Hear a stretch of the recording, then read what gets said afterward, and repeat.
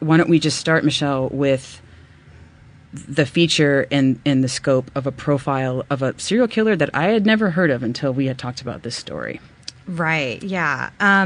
He was, and frankly, I'm not sure that at his heyday, people knew much about him either, because that's part of the reason he flew under the radar. There was an unknown offender was raping women in the 1970s and started in 76 in Sacramento. He quickly became known as the East Area Rapist. And he, after about rape 15-16, that entire Sacramento, Contra Costa County, they were just gripped by this. He seemed to mysteriously disappear in July of 1979. And separate from that, there started to be some offenses in Southern California in which usually couples were killed in Santa Barbara County, in Ventura, in Irvine. And that they called him the original Night Stalker. And it wasn't until 2001 when DNA got good enough that's in a lab, they went, oh my God, this has been the same guy. There had been speculation that it was the same guy, but they finally knew it was the same guy. Right. So just to get the count, 50 rapes, known as the East Area Rapist in Northern California, a gap in the 1970s, in a gap of time, the guy disappears, and then suddenly there are, or over the course of a few years, in the 1980s, I think you said 1980 to the murders were from 79 to 86. So from 79 to 86, there surfaces a killer in Southern California who is not connected to all of these crimes, but whose ultimate body count is 10 murders. Now that's in Orange County, Dana Point, Ventura, Santa Barbara.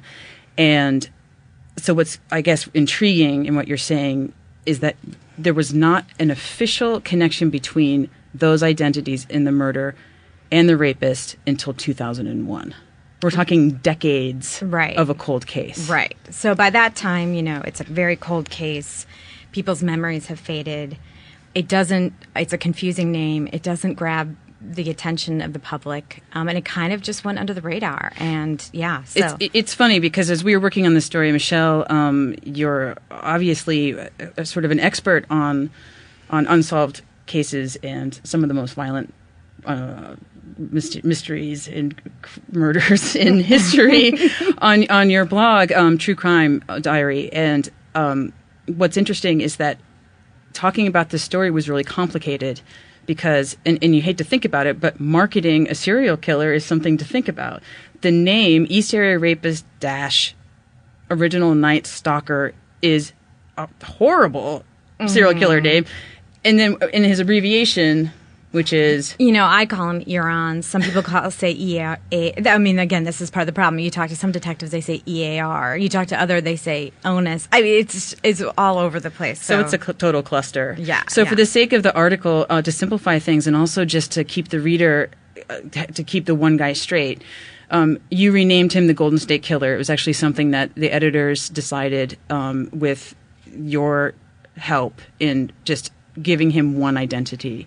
So just so that readers know, he's known as ERONs, he's known as East Area Rapist, he's known as a serial original Night Stalker, but we went with Golden State Killer. Yeah, and that was something I came up with just because what I kept coming back to was just looking at the state and seeing how he kind of snaked his way down the state. And it was just California, and so that it just made sense that was the, sort of, organizing principle behind what was going on there. So that's sort of the state that, California was kind of where I went with that. Before we get into the specifics of how you researched for this piece and the journalism that you did in order to get a lot of the information that you got, which is a staggering amount and probably the first ever in any kind of, at least, format that I've seen in a magazine or elsewhere, talk a little bit about your background, because part of this story is not just trying to track down a serial killer, it's also how you are going about it and the methods that you use. And it's connected to True Crime Diary. So talk about your blog a little bit and then your sort of interesting way of going about it. Well, part of the reason I started the blog is I've always had an interest in unsolved crimes, probably because they're like puzzles, and it was just something that always interested me. And once the internet started to change and more information became available, I found myself really kind of puzzling these out online, and would come across information that was interesting and valuable, and it felt like investigative reporting to me. So yeah. but I didn't want to become. There's a lot of this story is that of me not wanting to sort of like, because a lot of people say, well, why don't you go into law enforcement? And it's like, aside from the fact that I'm the worst person in the world to be given a gun, I don't like, I'm not an organization person. So this was always kind of this like kind of little thing I did. And I've always kind of wanted to keep, kind of, it's a weird hobby, I gotta say. Yeah. And I think the part that is really intriguing and something that it took me a long time to understand, you and I have been working on this piece, I think, almost a year now in its development, and have been talking about it for a long time. Something that was really intriguing to me is what happened to you at 14 in your memory there, and how that really factors into the driving curiosity that you have, that it's not about the details of the murders, it's the puzzle piece. Right.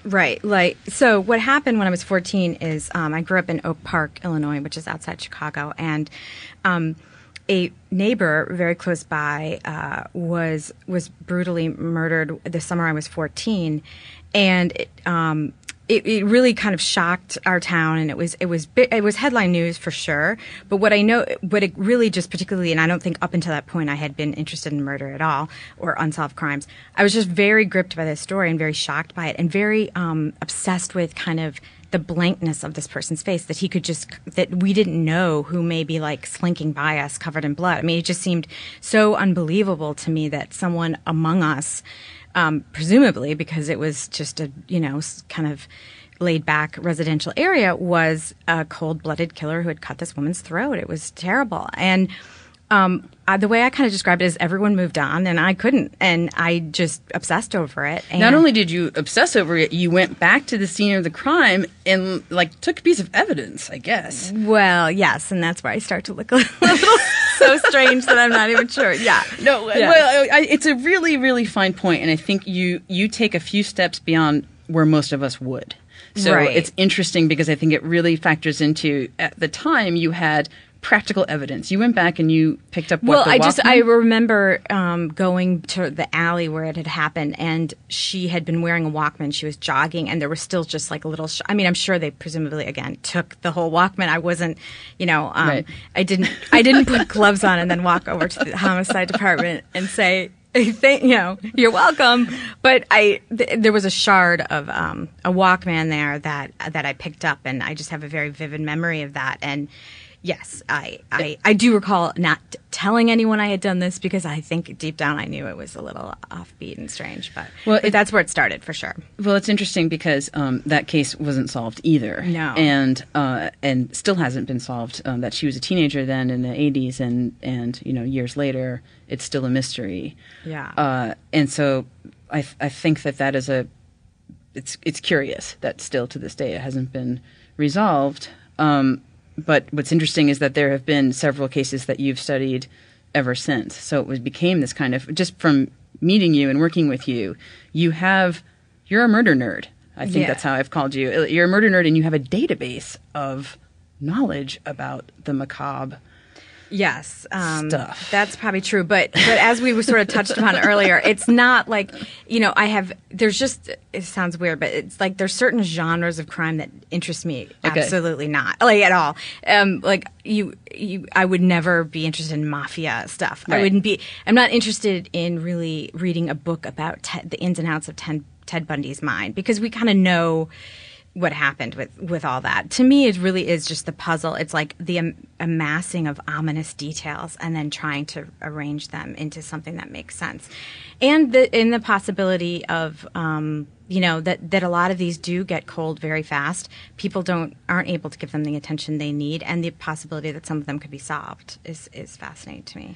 I think in a second I'll ask you why Iran's has been so difficult to solve, but I think first, a little insight into your process, because it is really something that you touched upon. The internet has really changed. Instead of picking up a shard of a Walkman, you're now digging into the obscura of a public file. So talk a bit about that. Well, it's just knowing kind of there's, and I think we talked about this earlier. There was an op-ed piece recently in the New York Times that coined the term research rapture. And I do think that there's a certain kind of person that, you go down the rabbit hole kind of gleefully, like, oh, there's just this unending thread of information that I can find. So part of what you can do in the internet now is just, it's sort of beyond Google at this point. Anybody can Google stuff, but as a friend of mine said, it's something like there's some study done that like 80% of people don't go beyond the first page of Google. It's like, he's like, and you go to page 30. And so it's going to page 30. It's knowing, one of my little tricks, it's not even a trick, but is knowing that someone you're kind of trying to figure out a lot about, you often go to like a family member or an associate, because often the person you want to know something about, if they seem, a lot of people will just stop if they can't find anything about the person.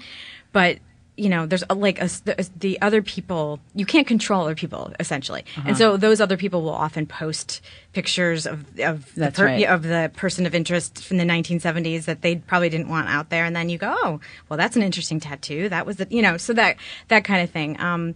But yeah, it's just research at the end. It's just right. So in the olden days, the pre-internet era, someone's identity, sort of the dissipation of materials and pictures and whatever is left would kind of disappear. But now it's possible that in any sort of yearbook photo, as you studied with the Golden State Killer, or Facebook shot of a friend of a friend of a friend, can possibly be a clue that will be the one revealing clue that is beyond the grasp of the killer himself. Right, yeah. So You've earned a reputation, and I'll say this for you because you probably won't say it yourself, that you've earned a reputation as someone who digs deep into these unsolved cases and then posts your theory, and you put out what you think might have happened, or at least some information that a lot of people haven't seen before, and you've developed a following online as a reliable resource and a thoughtful resource on unsolved crimes, and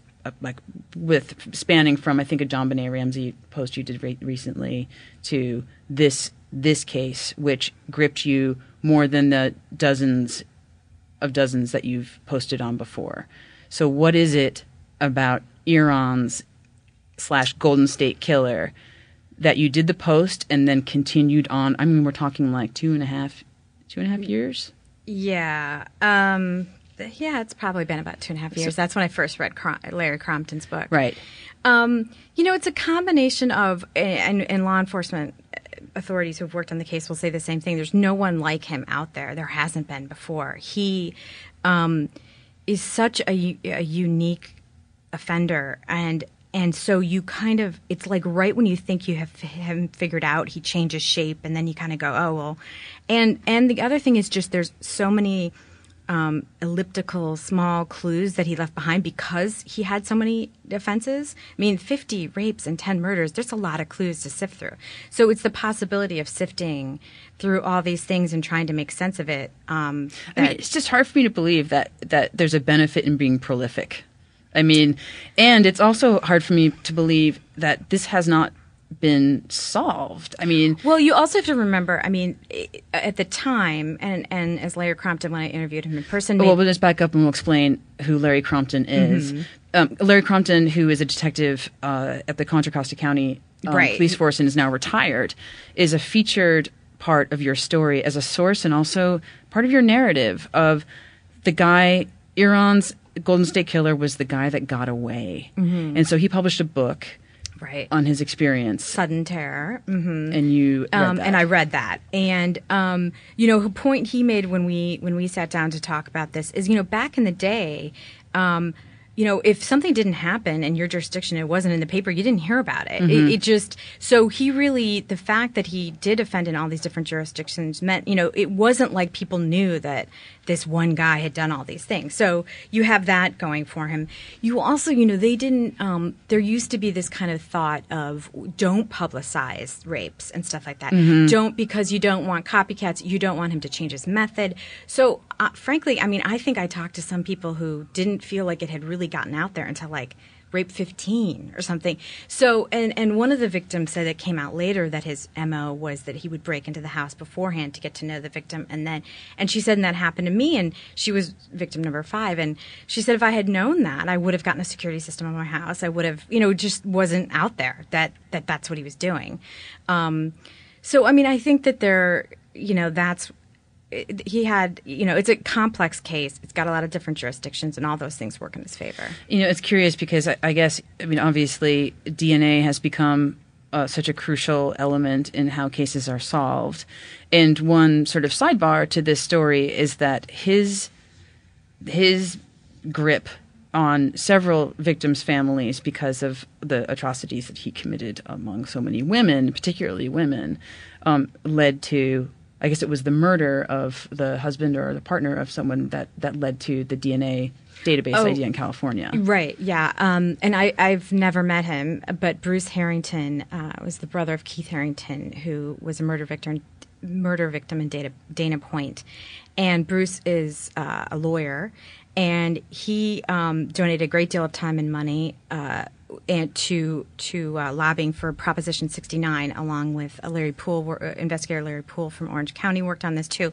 So Prop 69, I believe it passed in 2004, but basically what it did was make California an all-felon DNA database. It's got basically, the best DNA database in the country, possibly even the world. It's just, so if you even, if you get a DUI now, you give DNA. Right. And part of this also came from what Larry Poole wanted to do was go into he wanted to start in the prison system and test everyone. And that was a problem. So there was a lot of things that happened because of Prop 69. Right. Yeah. So Larry Poole is another detective that was working on the case, and you'll see in the story in the magazine that we do our best to help unstrand multiple jurisdictions, multiple authorities working on several different cases. But fundamentally, the 10 murders were mostly couples, women and men, and the escalation of rapist to murder over the course of several years when he started in the 1970s was something that Larry Crompton, the now retired detective, predicted. Mm. What was his MO as a rapist that had him thinking that this was possible as a future method of killing people? What you mean? What made Larry Crompton believe that he was going to escalate? I think that it's probably two-pronged. One is what was his MO, which I think was both his signature and part of confusion. Mm-hmm. And then what particular key moment do you think that Larry Crompton identified this might be something that would grow? He said that a lot of two things happened. He said the rape victims all believed he was going to kill them. He threatened to kill them. And they very much felt he wanted to kill them and he was going to kill them. And then when he didn't, it was always kind of, he said he would often talk about going into the house for the first time and the victim, just the relief that they were still alive. That's what a lot of victims felt. And so he sensed... Who's he? Sorry. Larry Crompton sensed this escalation then. Uh-huh. And he went and talked to a psychiatrist who looked over the police files. And the psychiatrist said he's looking for justification. He needs something to justify. He's getting more violent and he wants to kill, but he needs some justification. So he sensed that that's where this was going. And then the other thing was, then there was these two incidents where things went south on the Golden State Killer. So in Danville in July 1979, in Danville, they got away from him. Uh-huh. And it was a close call. And then in October of 1979 in Goleta, which is right outside Santa Barbara, they also got away from him. So at that point, no one lived after that. Right. So he had 2 really bad incidents, and I think that was his justification, frankly. Right. So he was as he would target couples and rape the woman, and then torture the husband psychologically in that way. I have to say this is that your first draft made me almost physically ill, and it was something. Again, like you think Law and Order or CSI and all that stuff that we seem to find so fascinating culturally, when you put it in the context, especially with the terrific writing that you did, when you put it in the context of this actually happening, it's hard to take.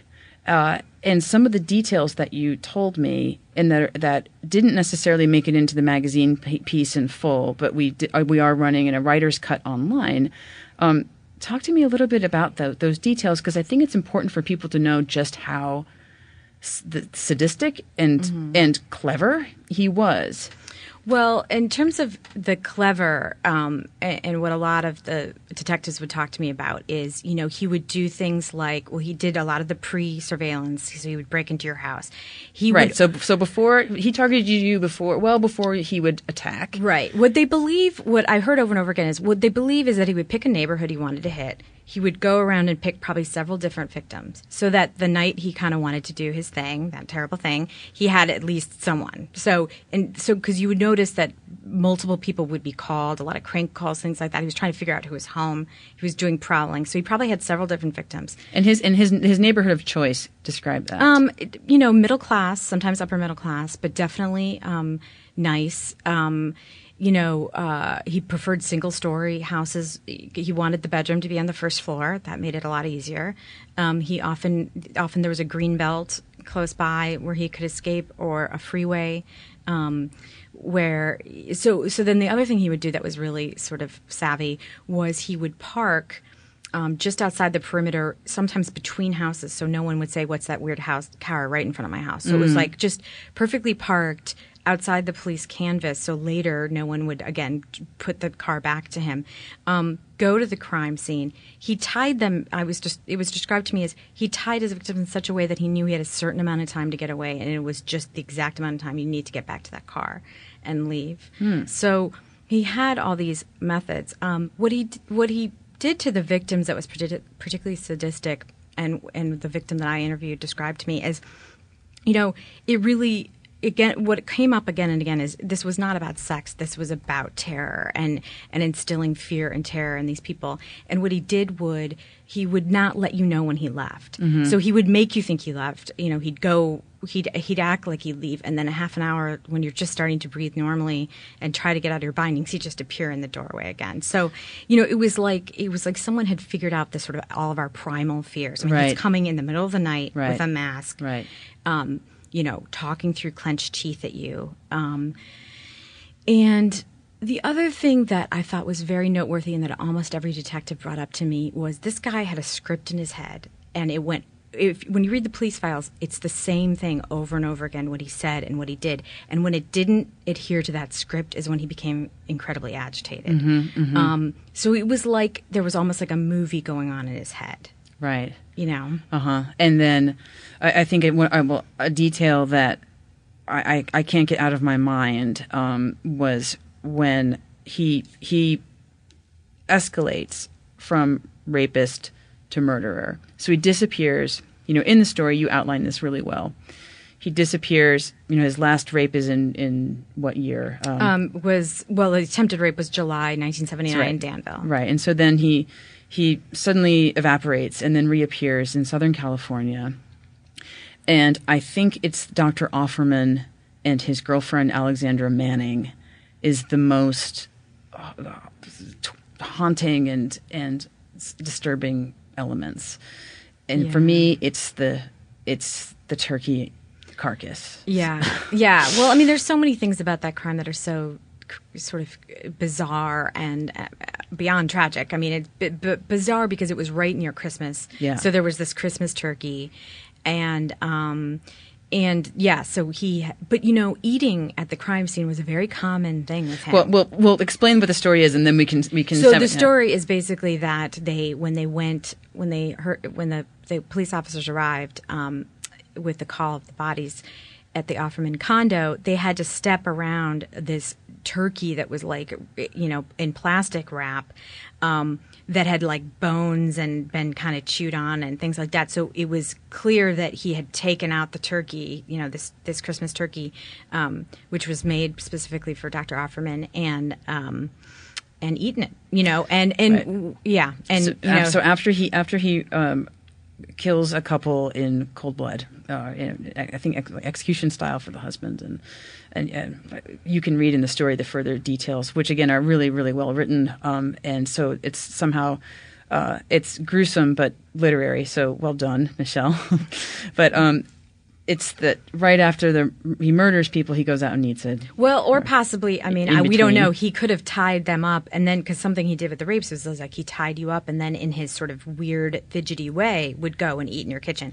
So, possibly he probably wanted. The gunshots are loud. He probably wanted to get out of there, frankly. So it may have been that he tied them up, then went to.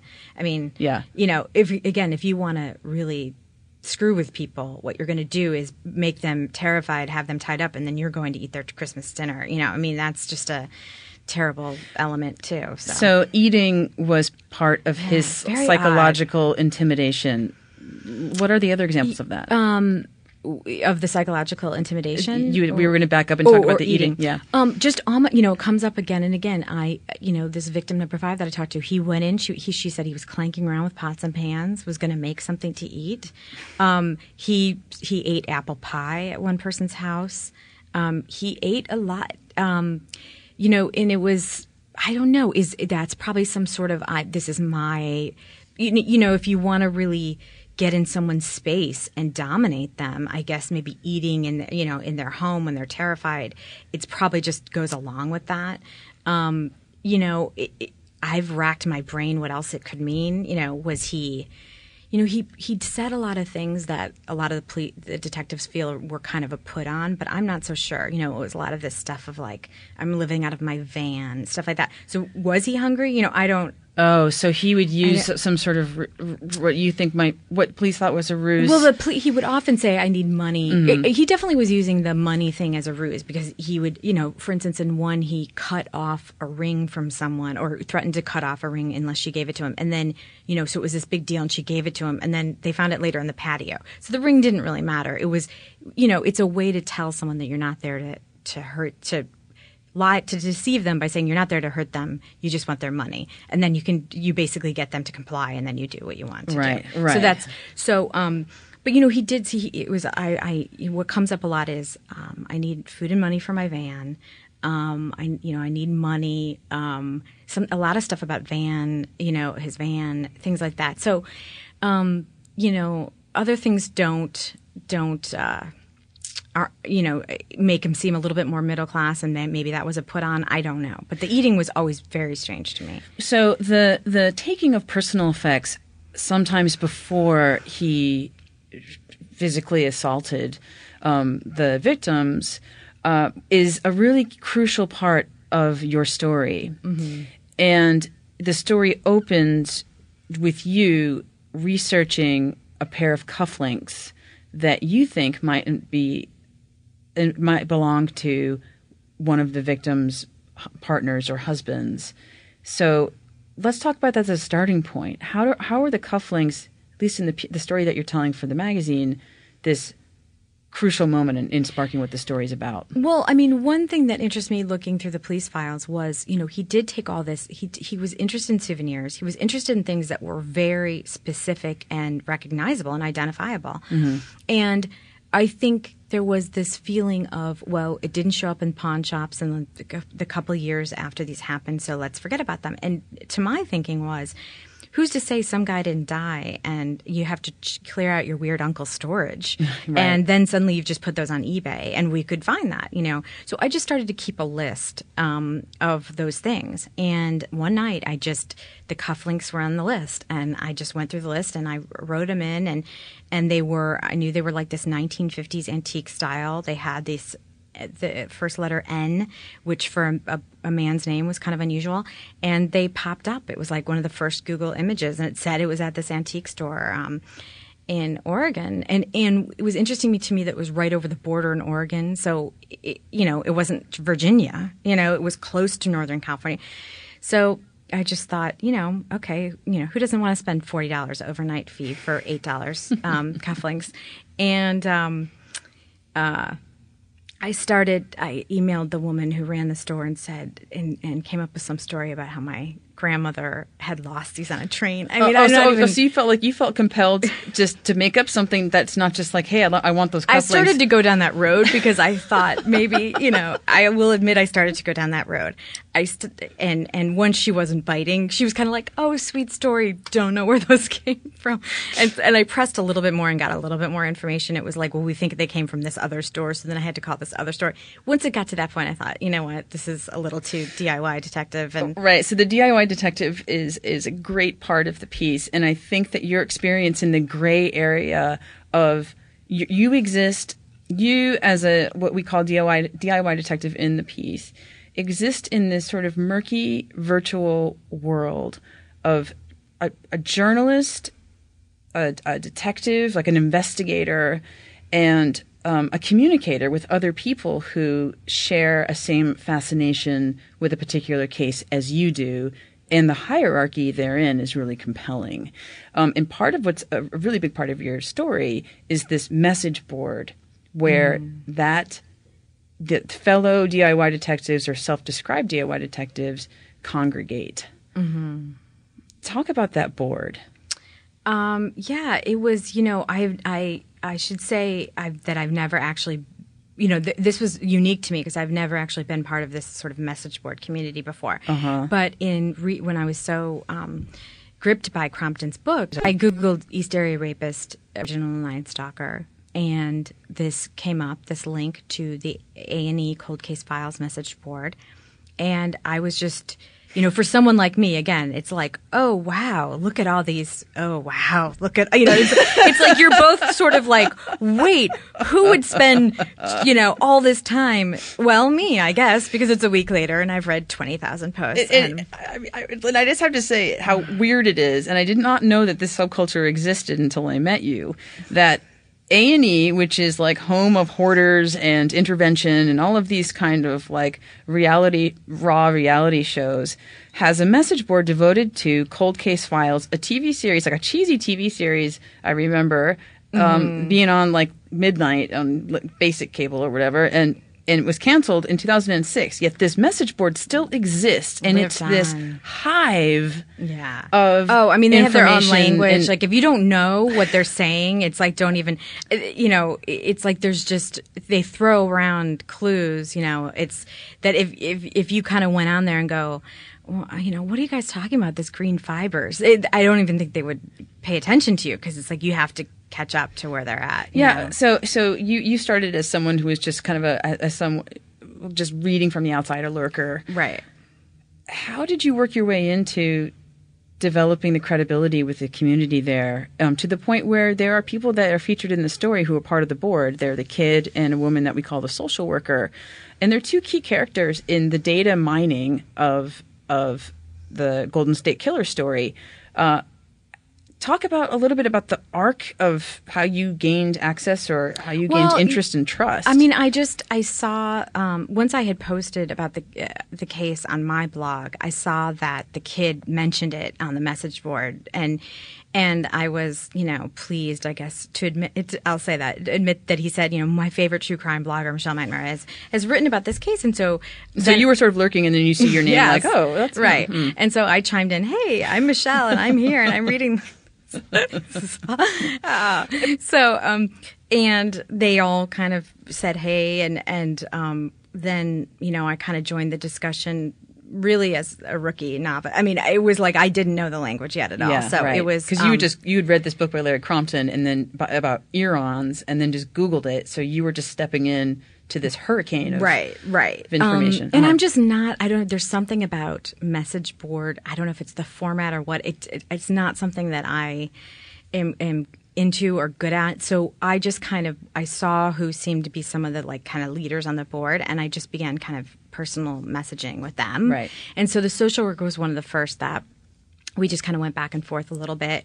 And by the way, in the story, we call him the kid and the social worker because generally, and I think in at least in the case of the social worker, she didn't want her real name to appear in print, just to sort of protect her anonymity. Right. Because, and I sense this with you too, is that there's kind of this sense of it's a whole other life and identity that's lived that some people don't want other people to know about. Right. Or made public. Right. So then, we kind of started just exchanging ideas and theories and things like that. But it was mostly on my end, it was mostly all through, I kind of gave them my regular email address, and we just kind of forged a friendship, a strange friendship over this strange 30-year-old case. The sort of theme, it's overt, but it's also underlying throughout this piece is obsession. It's your obsession. It's many people's obsession, from the detectives to these online detectives to you, and you're in this hybrid space. What's curious to me is the relationship that develops between the real detectives, the meat space detectives who are out in flesh and blood, and the digital world. And you have this kind of like both one foot in each place in a way as a liaison between these two in communication. Did you notice a shift in the actual detective's point of view from these people are just a bunch of weirdos on a message board site and a bunch of cranks, to, hey, there might actually be something that they're doing here that might interest us? I mean, yeah, I did.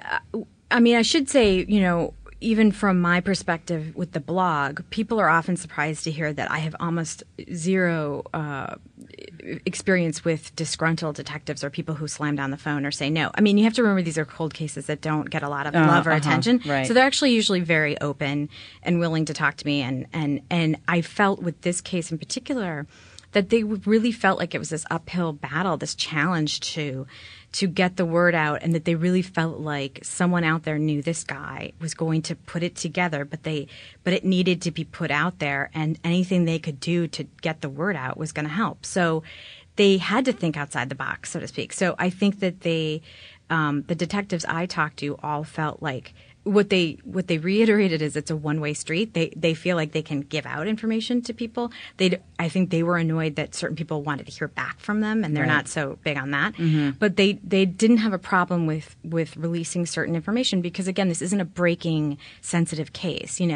It's a case that is going to be solved by someone putting together the pieces years later. You know what I mean? So right, he's an obscure serial killer with a terrible name, with a litany of crimes that were untracked by lack of detective work in multiple jurisdictions, and yet there's this driving force behind every single person in this story is the belief that he is still alive.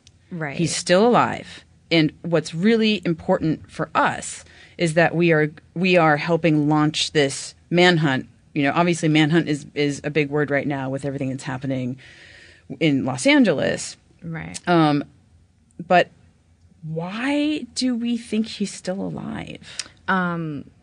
Well, I just look at it as like a percentage statistic thing. He'd be in his 50s or early 60s. He was very athletic. Why wouldn't he be alive?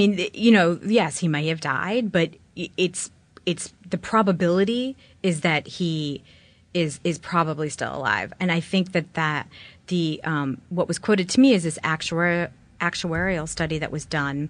So who knows what their little variables were. I'm not so sure, but that it was 85%. So it was pretty high likelihood. So we've got a non-smoking, exercising serial killer who has not been caught, and the likelihood of those biometrics would mean that he might still be alive, right? in his early 60s. Yes, right. So I think you're not going to get uniform. Some people. I have talked to detectives who don't feel like maybe he's not alive.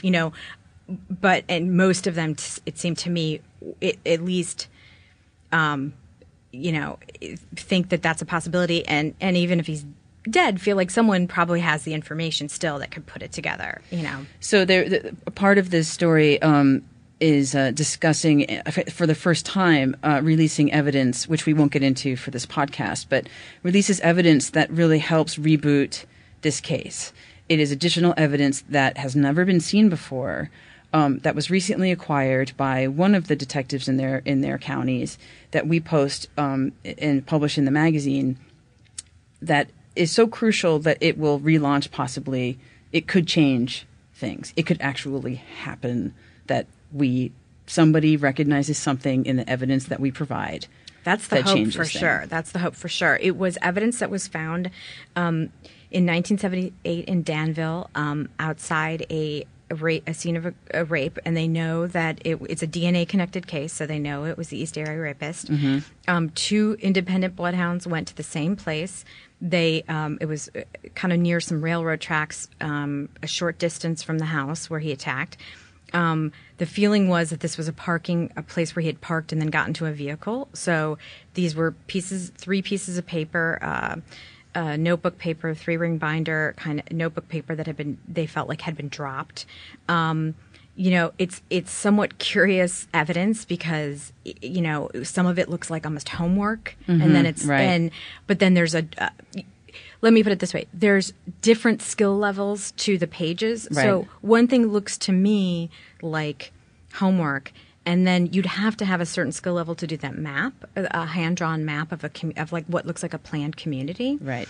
And as one of the detectives, I thought so interestingly pointed out, when he showed it to a bunch of different people, someone who is a landscape architect, I believe that was who it was, or a civil planner, looked at it and said, "Oh yeah, it's kind of common for people who people in our field to have dyslexia, and this seems like someone who's really struggles with language, who's right. writing these things. Right. So it wouldn't be uncommon to have these skills and then also this stuff. So that's something that I think that they are considering as right. well. So you make a good point in the piece where the Unabomber was caught by the Manifesto and his brother.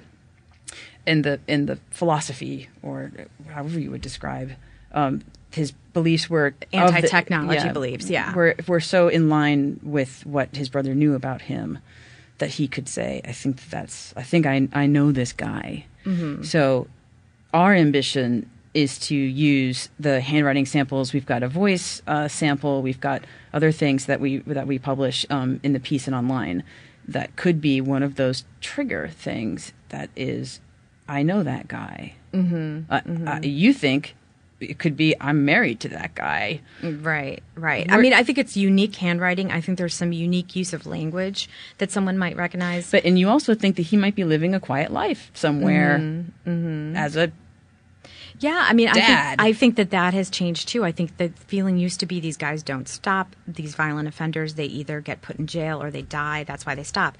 We can now see that BTK, the Green River Killer, they were just suburban guys who had settled down with families and for the most part had totally stopped. So I think that the paradigm has shifted a bit and they've now opened themselves up to like, that's not always the case. Sometimes it's kind of sounds weird and horrible to say. It's like, just like anybody, as serial killers kind of slow down and I know that it sounds awful, but I think that's true. I think that they don't have the adrenaline. They don't have the energy. They're vaulting those fences in my back and tying the knots. Yeah, I mean, it's just... I definitely don't mean to make light of it, but one of the most hilarious details that we discussed, and I don't think we could make a final point of it in the piece, but is that his initial attacks happen like after midnight or something, and then his attacks as he gets sort of older, like it's 10 p.m. Yeah. It's like it's weird. If this happens now, I can still be in bed by like 11:30. Yeah, who knows? There's no traffic. Who knows? Yeah, it's strange to think about sort of the banal details of those things. And again, I'm not making light of it, but something that I think we've talked about a lot is how I've been really shocked by a lot of the violence and the details in the piece, and you haven't. Mm-hmm. And this is intriguing to me because you've been now studying this culture or genre for so long and looking at it as a puzzle that you're sort of like distant from it. Right. A little desensitized, maybe. Yeah. Desensitized, or you've extrapolated just the key parts of logic and puzzle that you need, and the horror doesn't really affect you anymore. Is that something? Well, I'm not sure. Really? I still don't probably have a good night's sleep, every night, and thank God for Ambien. But wait, is this because you're not sleeping because you're researching things all night, or that you're more freaked just out? that it's in my head? It doesn't make for like a peaceful existence. That doesn't mean I'm stopping it, but I certainly think it's kind of wormed its way into my brain a bit. Yeah, you have a husband, you're married to Patton Oswalt, and you have a young daughter, and something that you explore in this story of how that's affected, especially how that's affected your relationship or your time spent with your daughter. Yeah, and it's not like I'm raising my daughter on like apple juice and autopsy photos or something. I feel like a lot of people are always like, well, how do you have a daughter and read about murder? It's like, well, yeah, it happened. I'm certainly not showing her any of this or talking about it with her. Well, you've got a window of time, right? You've yes. got a window of time where She's you can do that. Like these are your murder study years. Yes. So when she gets older, and I guess this is a good way to kind of wrap up the podcast, because what if we catch this guy? What if, crazy thought, but what if we actually do catch this guy and you get the satisfaction of knowing and the relief and the puzzle is solved, that the piece that you published in LA Mag and all the work that we did helps land this dude? What are you going to do next? Is that going to be? Oh my God, that's a terrible question. Are you done? Are we? Was this the thing, and then, or is this going to be we're going to go on to the next thing? And probably go on to the next thing. That research rapture is just going to meld into something, another killer. And by the way, I would love that, because I'd love for you to do another feature for us really soon after you take a break. But no, I think that, part of me can't even wrap my brain around. I can't imagine, feeling the same way about another case and how invested I became in this case. It's hard for me to even imagine that happening. But that would be ideal if it did happen, but something, I guess I haven't put this, spotlight on myself in the same way, but something I have often sort of in the back of my head thought about the message board is, what will happen if this case gets solved?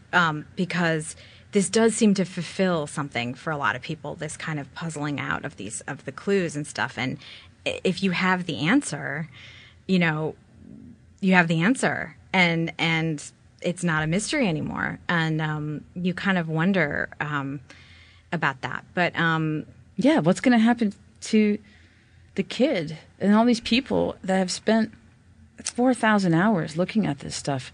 Do you think that the profile of the person that searches these things out just will then move on to something else, or was Iran's and the Golden State Killer just the guy? It was the guy. I really think for a lot of them it was the guy. I don't think, because I know them pretty well, well enough that they're not spending this amount of attention on other cases.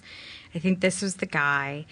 I think they felt like they could help find him. And as one of the detectives said, it's like another reason they felt comfortable putting some of these clues out there and coordinating a little bit with the message board. It's like people have different skill sets. They have different bases of knowledge, and they wanted to use that. And I think they were hoping some of those people on the message board would, and to their credit, I've read their theories about the decal that was seen on the car. They're really good theories. They're really well researched. They're smart. There's the occasional crank, but it's pretty well done stuff. So I don't know what will happen, but I do hope he's caught. But it's hard to deny, and you say this really well in the piece, that technology is the key thing that will help facilitate his capture. And you very sort of artfully phrase it as, in his day, the way that you stalk someone is by standing out. When he was the predator, you stood outside someone's window, and that's how you stalked someone, and that's how you got into their life. Well, now you can research him and stalk him from a computer, from from a laptop, and the windows are opening up around him. Right, and the DNA lab and everything. It's like there's so many ways to kind of find people now that, you just sort of feel like he's got nowhere else to hide at a certain point. One or two of these things are going to come together, and we're going to have a name. So. Well, let's hope so. And in the March issue of Los Angeles Magazine, you can read the 7,000-plus word feature that you wrote. That is also part of a companion experiment online with doing a Help Us Catch a Killer. Yeah, take a look at the handwriting, take a look at the map, listen to the voice. Do you know that person? Yeah. And Michelle, this was your first magazine feature, and I don't need to tell you this because I've told you this many times, but it is an extraordinary piece of writing that I hope becomes a book. And if we whether he's caught or not, I find that this experiment and what you're doing is on a forefront that we haven't yet seen. I think culturally. So, Michelle, thank you so much for writing that piece for Los Angeles Magazine, and I am looking forward to seeing, number one, what people's reaction is to the piece, and number two, if we do end up catching the Golden State Killer. Thank you so much.